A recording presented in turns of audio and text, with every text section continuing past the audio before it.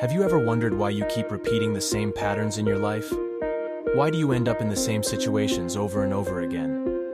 The answer lies in your subconscious mind. You see, the human brain is wired to be efficient. It likes to automate things. And habits are one way the brain does that. But what if your habits are holding you back? What if you could break the cycle of self-sabotage and transform your life? According to Dr. Joe Dispenza, you can. His book, Breaking the Habit of Being Yourself, offers a step-by-step guide on how to rewire your brain and create a new reality. By understanding the science behind habits and how they form, you can begin to break free from negative thought patterns and beliefs. The key is to combine neuroscience with meditation and visualization techniques.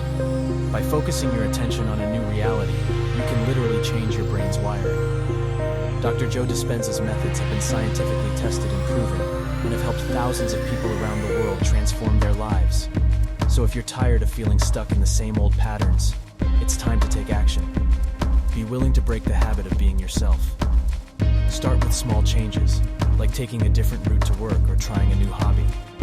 Then, slowly build up to bigger changes, like a new career or relationship. The possibilities are endless when you take control of your subconscious mind. So don't